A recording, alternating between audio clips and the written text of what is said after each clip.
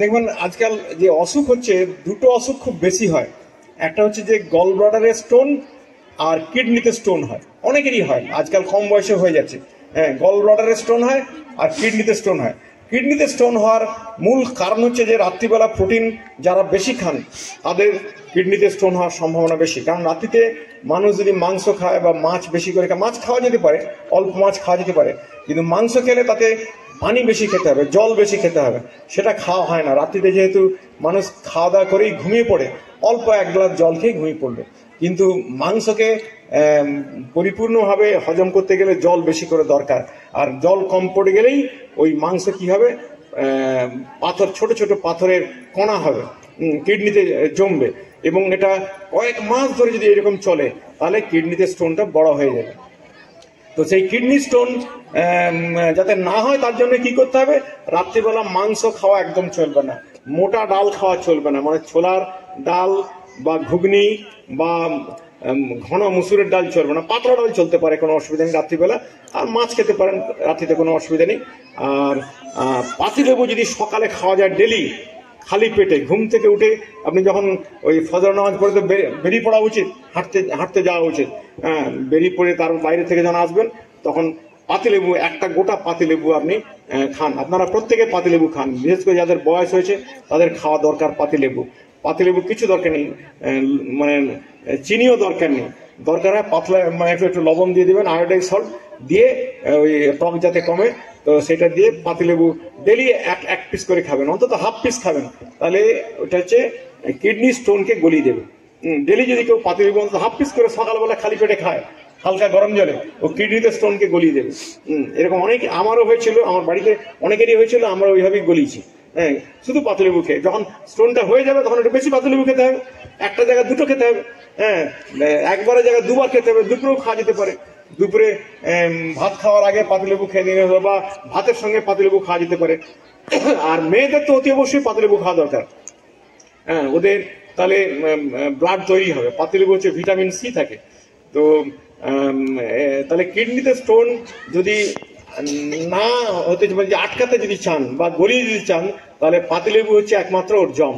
পাতিলেবু একটু বেশি করে খেলেই কিডনি স্টোন গলিয়ে যাবে। আর যদি প্রত্যেক দিন আপনারা খান তাহলে কিডনিতে স্টোন হবে না।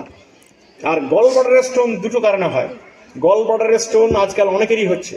হ্যাঁ, এবং গল ব্লাডারের স্টোন হয়ে গেলে কিন্তু খুব অসুবিধা আছে, তখন গোটা গল ব্লাডারটাকে কেটে বাদ দিতে হয়।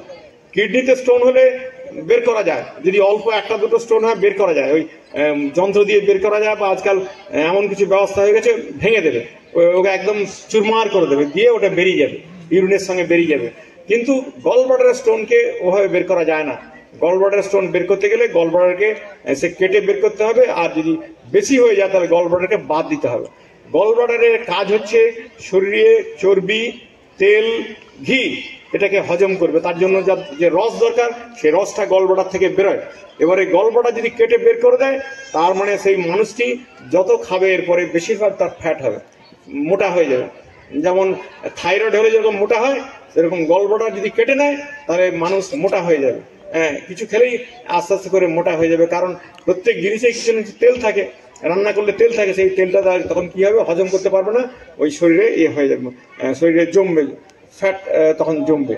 সেই জন্য তেল, চর্বি, ঘি কম খেতে হবে।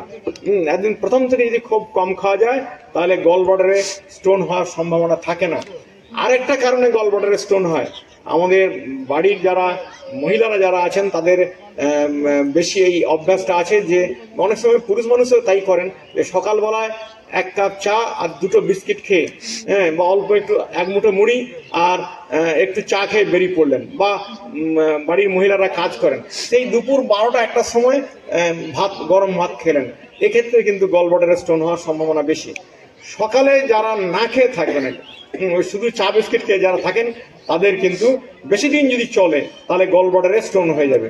তাহলে উপায় কি না, সকালে ভুরি ভোজ করতে হবে, সকালে ভুরি ভোজ রাজার মতো খেতে হবে। সকালে দরকারে মাংস খান, দরকারে ছোলা, মটর ইত্যাদি খান, সেইগুলো হলে তাহলে ভালো হবে। তারপরে দুপুরে যা খাবার খাবেন রাত্রিবেলা খাওয়া কমিয়ে দিন, উল্টোটা হবে।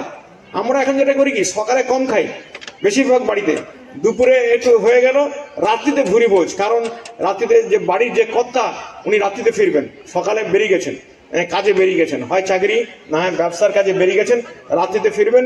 এবারে বাড়ির যে গৃহিণী যে উনি বেশ ভালো করে রান্না করে, মাংস তো হয়নি সারাদিন, রাত্রিবেলা মাংস ইত্যাদি মাছ টাছ করে রান্না করে রাখেন, একসঙ্গে বসে রাত 10টার সময় 11টার সময় খাচ্ছেন, খেয়ে তারপরে চট করে ঘুমিয়ে পড়লেন।